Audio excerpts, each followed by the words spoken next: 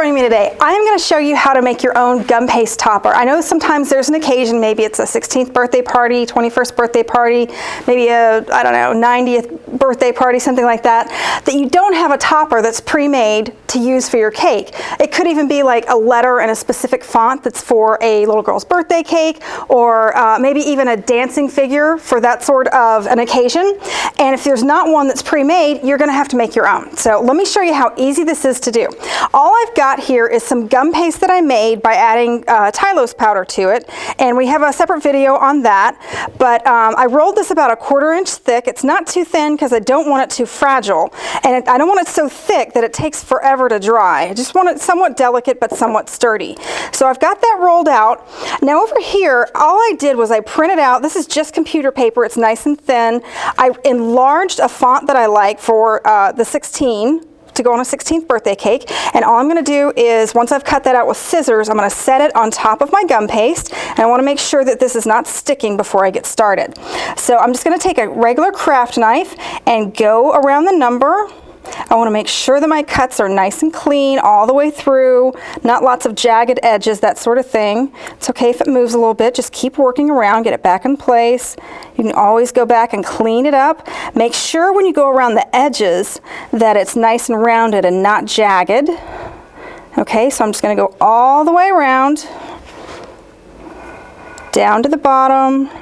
Careful not to cut yourself.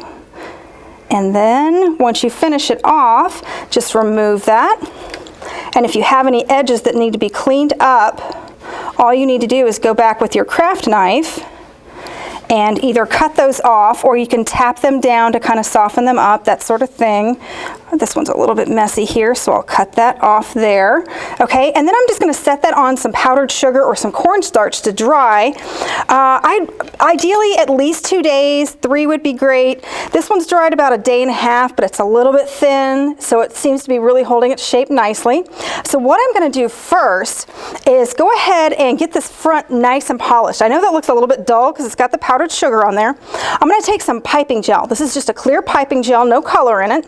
And I put it a little bit in a separate cup because this is colored and I don't want to get a little bit of pink all in my big vat of piping gel. So I just separated it a little bit, and I'm just going to brush the surface all over with piping gel. And this is going to act as a glue. Watch how fun this is. I'm going to grab some of my pastel pink sugar crystals here, and I'm going to sprinkle it on top of that clear piping gel, and it's going to stick everywhere I brushed.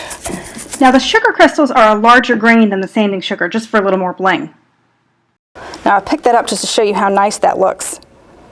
Okay, the crystal sugar is a large grain and it looks really, really kind of blingy. So I'm going to go ahead and finish off this number 1, and I'm going to show you how to attach them to skewers to go on top of the cake with some isomalt. Here I've got some isomalt nibs. I'm going to warm this up and it's going to act as a glue. I'm going to show you how to do that right after I warm this up. Okay, so I finished off my number 1. I've got that looking all pretty, and what I want to do to attach this and get it onto the cake, I want to attach it to a skewer, and I've got my isomalt nice and hot, nice and liquid, and I'm just going to put a little bit on the back of the skewer and stick that right there to the back of the number, and it's going to set up really quickly. Nice. So this just goes right into the cake, and you can set it at any angle you want to, and as far down as you want to, or sticking up.